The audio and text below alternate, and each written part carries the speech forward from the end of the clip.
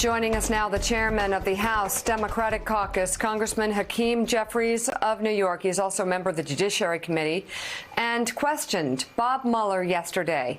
Congressman, how do you think Bob Mueller did? Did you guys get what you needed in terms of his testimony moving forward, trying to further inform the American people as to what happened to our democracy and our election process? Yes, I think it was an important step in the right direction. Bob Mueller confirmed the principal findings of his investigation, which was thoroughly done and conducted with integrity.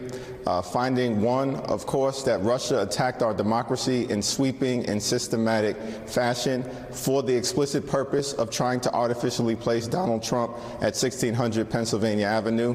The second principal finding, of course, was that the Trump campaign welcomed and embraced Russian interference in extraordinary fashion at the highest level. And third, Bob Mueller confirmed that substantial evidence existed that the president obstructed justice in the context of the investigation.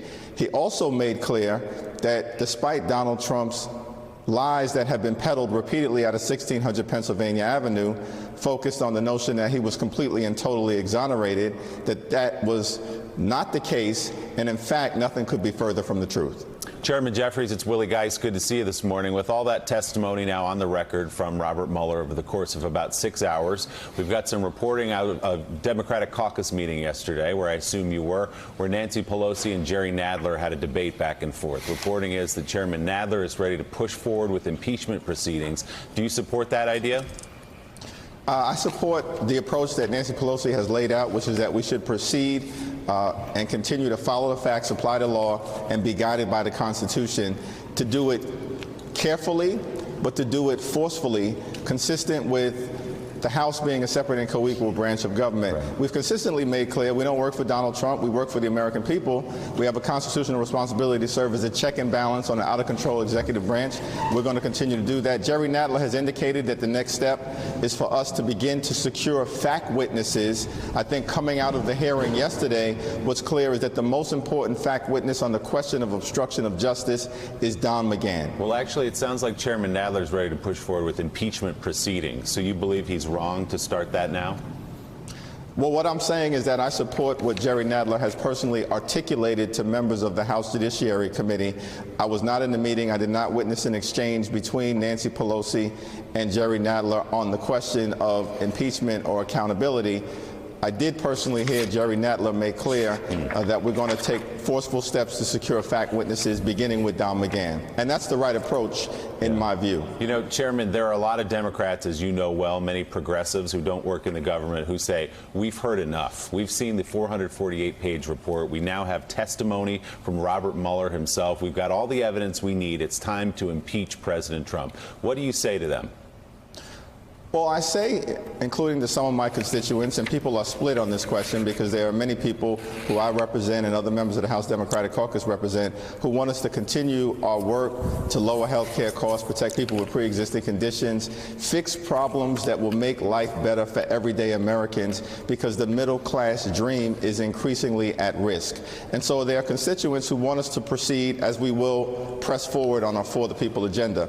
But I understand that there are other people who are dismayed, shocked, angry, upset, confused at what is happening to our country because of the person who's sitting in the Oval Office. Right. What we saw yesterday is that the party of Reagan is dead. The party of Lincoln is dead. The party of Scarborough is dead. What we have is the party of Trump and Roy Moore and Steve Miller, and it's a frightening thing. We won't shirk from our constitutional responsibility to hold this president accountable, but we want to do it in an appropriate yet forceful fashion. Jonathan Lemire. Congressman, it's Jonathan Lemire. Wanted to focus in on a moment from your questioning of the special counsel yesterday about the obstruction of justice, where you laid out the three matters that you would need to bring that charge, but suggested the special counsel didn't, simply because of the Department of Justice guidelines from the forefront that he believes meant that he could not bring any sort of charge against a sitting president. The special counsel kind of didn't go all the way there with you. He kind of stopped you and fought back a little bit on that. So let me ask you this directly. Do you think Special Counsel Mueller, was it part of his responsibilities to see that through and weigh in one way or the other whether or not he could bring obstruction of justice, and should he have done so to this president?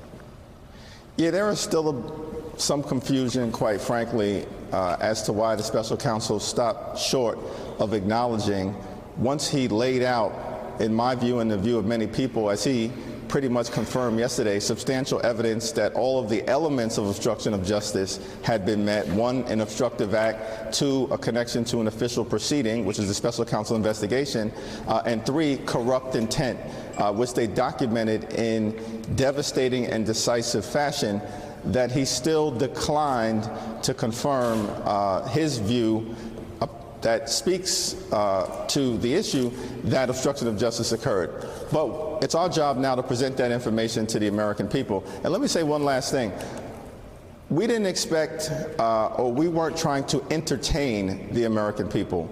We wanted to educate and inform the American people. We didn't invite Robert De Niro to testify. We invited Robert Mueller to testify.